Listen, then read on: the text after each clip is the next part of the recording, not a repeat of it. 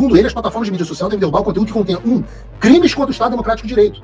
Tipo você criticar uma urna eletrônica, criticar um ministro do Supremo Tribunal Federal, dizer que ele é amigo do seu pai, reportar informações jornalísticas que desagradam o STF. Porque há uma conexão entre esses assuntos, né? Você tem, no mesmo dia, é muito icônico, são poucos dias que há tanta coisa acontecendo no Brasil que mostra a direção para a qual a gente está indo e é o que causa o desespero de vocês. Nós temos o comediante condenado a 8 anos de prisão, regime fechado, o simpatizante do tráfico, lavador de dinheiro do tráfico, solto em 5 dias, a deputada federal mais votada do Brasil em exílio, com prisão decretada e colocação do nome na lista da Interpol, e o Supremo Tribunal Federal decidindo se vai censurar para sempre a internet brasileira.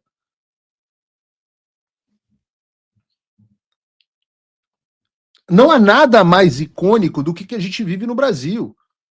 Tem tudo a ver. Não é? Eu sempre falei aqui, a censura não ia ser em cima do Paulo Figueiredo, do Rodrigo Constantino, do Alan dos Santos, ou até do Jair Bolsonaro. Ela pode ter começado conosco, mas quando o Leviatã se torna grande o suficiente, ele passa a devorar a todos sem restrição. E o Leviatã já está avassalador. De forma que a censura no Brasil se tornou algo generalizado, que vai desde uma juizeca, Bárbara de Lima Izep, lá na primeira instância da Justiça Federal de São Paulo, até o Supremo Tribunal Federal, a mais alta instância jurídica do Brasil. Hoje o Supremo Tribunal julga justamente o tema da censura no Marco Civil da Internet. Mas qual é a grande questão? A grande questão nesse julgamento? Tudo gira em torno do artigo 19 do Marco Civil da Internet, que trata da responsabilidade das plataformas digitais por conteúdos publicados por terceiros. Ou seja, a responsabilidade que o Google, o Facebook, o cacete tem sobre o que nós publicamos. Isso que você está assistindo agora, o que você está comentando, qual é a responsabilidade que as redes têm? O artigo 19 diz assim: com o intuito de assegurar a liberdade de expressão e impedir a censura, o provedor de aplicações de internet somente poderá ser responsabilizado civilmente por danos decorrentes de conteúdo gerado por terceiros, se, após ordem judicial específica, não tomar as providências para, no âmbito nos limites técnicos do seu serviço e dentro do prazo assinalado, tornar disponível o conteúdo apontado como infringente, ressalvadas as posições legais em contrário. Ou seja, hoje as plataformas de mídia social só podem ser responsabilizadas civilmente pelo conteúdo publicado por terceiros, por nós, pelos usuários, pelos criadores de conteúdo, depois de uma ordem de um juiz e depois que ele descumprir e não tornar o conteúdo indisponível.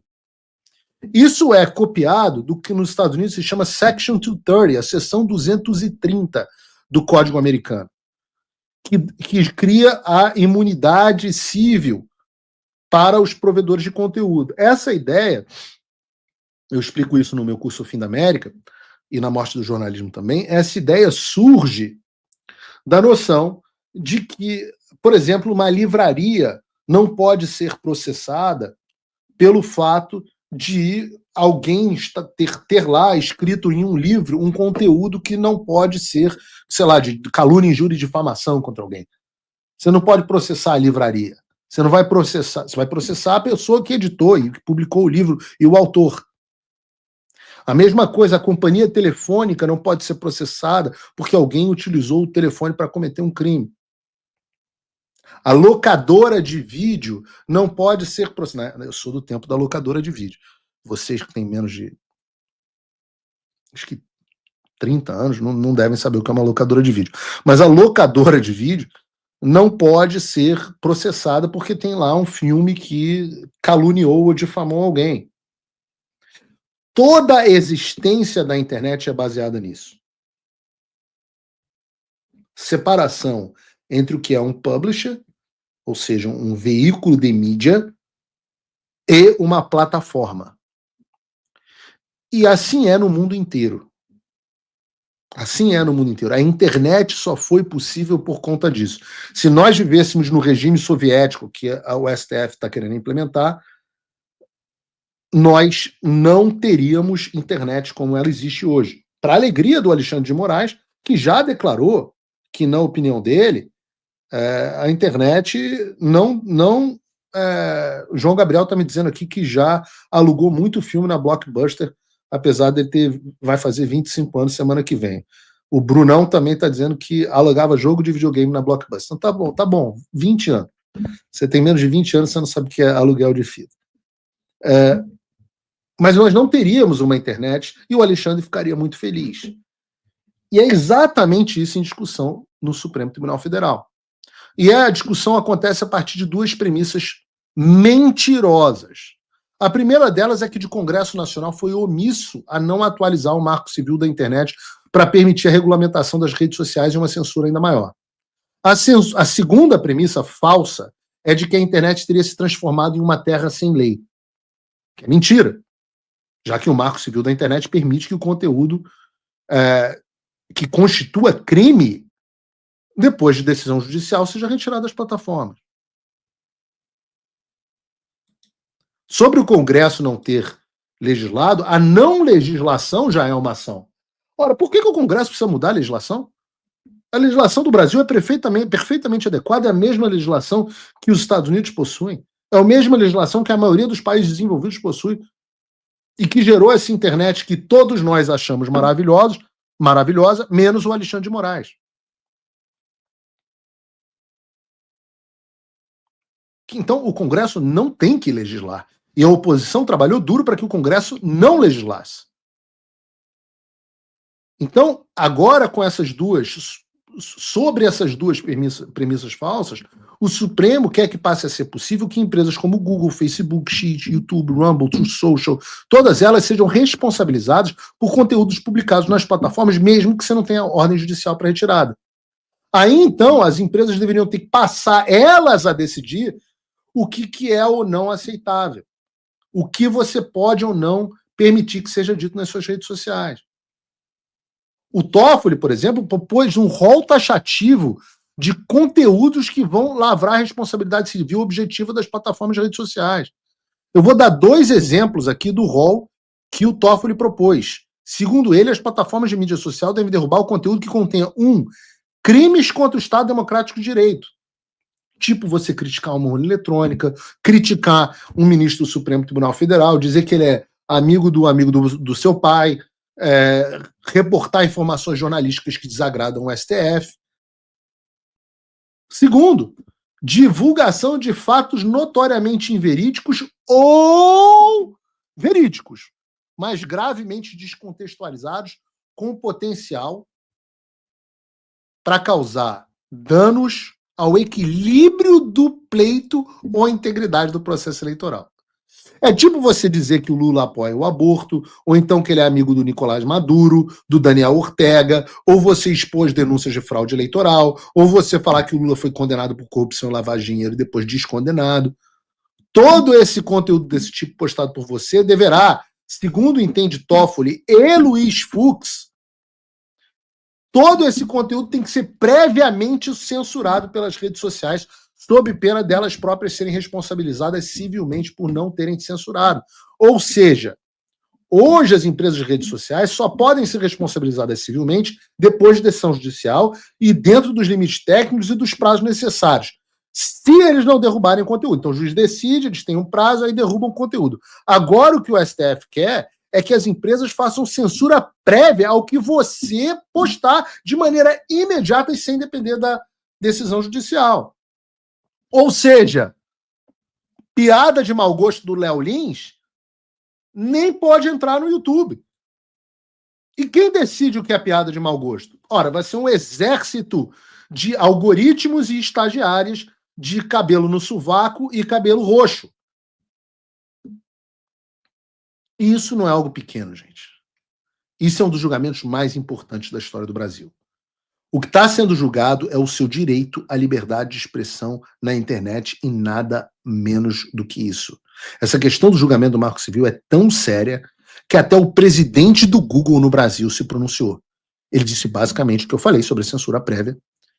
Segundo ele, a inconstitucionalidade do artigo 19 for acatada, abre aspas, As plataformas vão ter que preventivamente remover qualquer conteúdo que seja potencialmente questionável para evitar uma responsabilização ou passivo financeiro. Ou seja, para não se afogar em multa e processo judicial, a única escolha que o Supremo vai dar ao Google, ao YouTube e ao X, ao Facebook, TikTok, etc., é de censurar. E vejam a gravidade do que ele diz em seguida.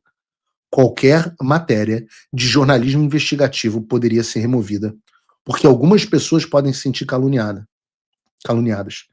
O humor, palavras do presidente do Google, também fica em risco, porque as plataformas teriam medo de que aquele humor possa ser interpretado como verdade ou possa ofender alguém. Diz o Fábio Coelho, que é o presidente do Google no Brasil, não é o Paulo Figueiredo falando. O que eu disse, eu repito, é que o Leviatã já devorou inocentes o suficiente. E agora ele se vira contra aqueles que apoiaram o Leviatã no início. As redes sociais amamentaram o monstro que as destruirá. Estamos todos com o na reta. As redes sociais, sim, mas o criador de conteúdo, os veículos jornalísticos, os comentaristas, as pessoas, usuários comuns. E todos aqueles que apoiaram o pedido de prisão contra o Alan dos Santos, que defenderam o suposto processo criminal contra mim no golpe da Disney, todos eles vão se ferrar juntos. Sabe aquele pessoal que pode pensar em publicar? Não sei lá. Como eu disse, uma reportagem sobre um amigo do meu pai.